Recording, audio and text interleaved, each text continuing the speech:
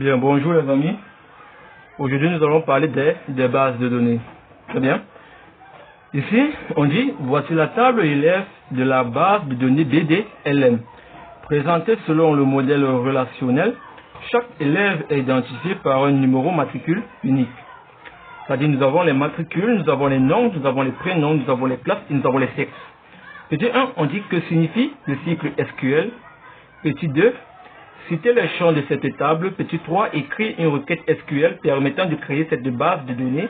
Petit 4, écrire une requête SQL permettant de créer cette table. Petit 5, écrire une requête SQL permettant de remplacer le prénom de l'élève dont le nom est Saldori par Jules. Petit 6, donner le résultat de la requête suivante.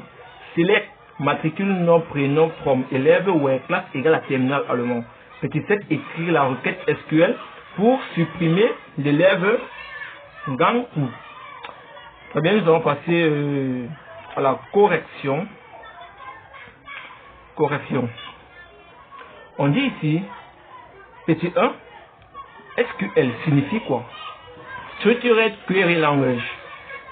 Il faut remarquer que lorsque vous donnez des cycles, n'est-ce pas, ils doivent commencer par des lettres majuscules, ok?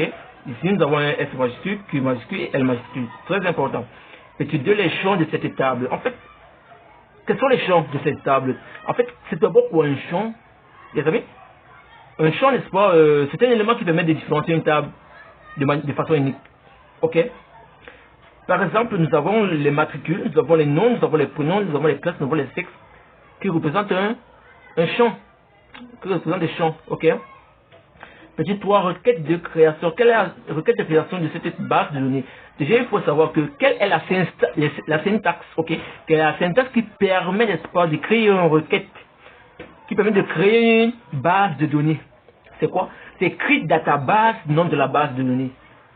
Vous voyez ici, on a remplacé le nom de la base de données par quoi? Par BDLM. Ok? Petit 7, requête de création de cette table. Quelle est la syntaxe? La syntaxe, c'est quoi? C'est create table, entre parenthèses, champ 1, champ 2, champ 3, champ 4 et etc. jusqu'à un champ N. Ici, pour notre cas, notre requête sera create table, élève, matricule, char, non char, prénom varchar, classe varchar, sexe varchar, primary key. Ici, il faut remarquer, très important, primary key signifie la clé primaire. En fait, la clé primaire, elle permet de différencier, elle permet de différencier, n'est-ce pas, un champ, oui. Par exemple, pourquoi? Parce que dans une classe, par exemple, dans une classe, on peut, supposons que nous avons par exemple 20 élèves, dans une classe de 20 élèves, on a par exemple 5 personnes qui s'appellent Atangana. Leur nom c'est Atangana. On a encore 3 personnes dont le prénom c'est Julio. Nous avons encore 6 personnes dont la tranche d'âge varie de 17 à 20 ans. Ok? Et on remarque que ils n'auront pas forcément les mêmes matricules.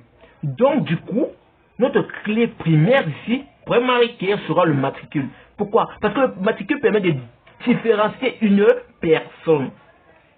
On peut t'attribuer un matricule. On t'attribue un matricule. Ton voisin n'aura pas le même matricule que toi. Or, ton nom que tu as, le nom que tes parents t'ont donné, il y a une autre personne qui peut avoir ce nom. Il y a une autre personne qui peut avoir ce prénom. Ok? Il y a une autre personne qui peut aussi être un sexe masculin ou féminin comme toi. Très bien. Petit C, requête permettant de remplacer le prénom de l'élève dont le nom est Saldori par Jules.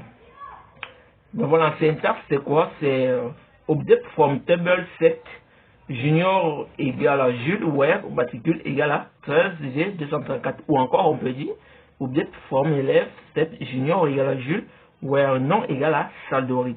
Petit 6, on demande ici le résultat de la requête select matricule nom prénom from élève where classe égale à terminal allemand. Déjà, il faut remarquer que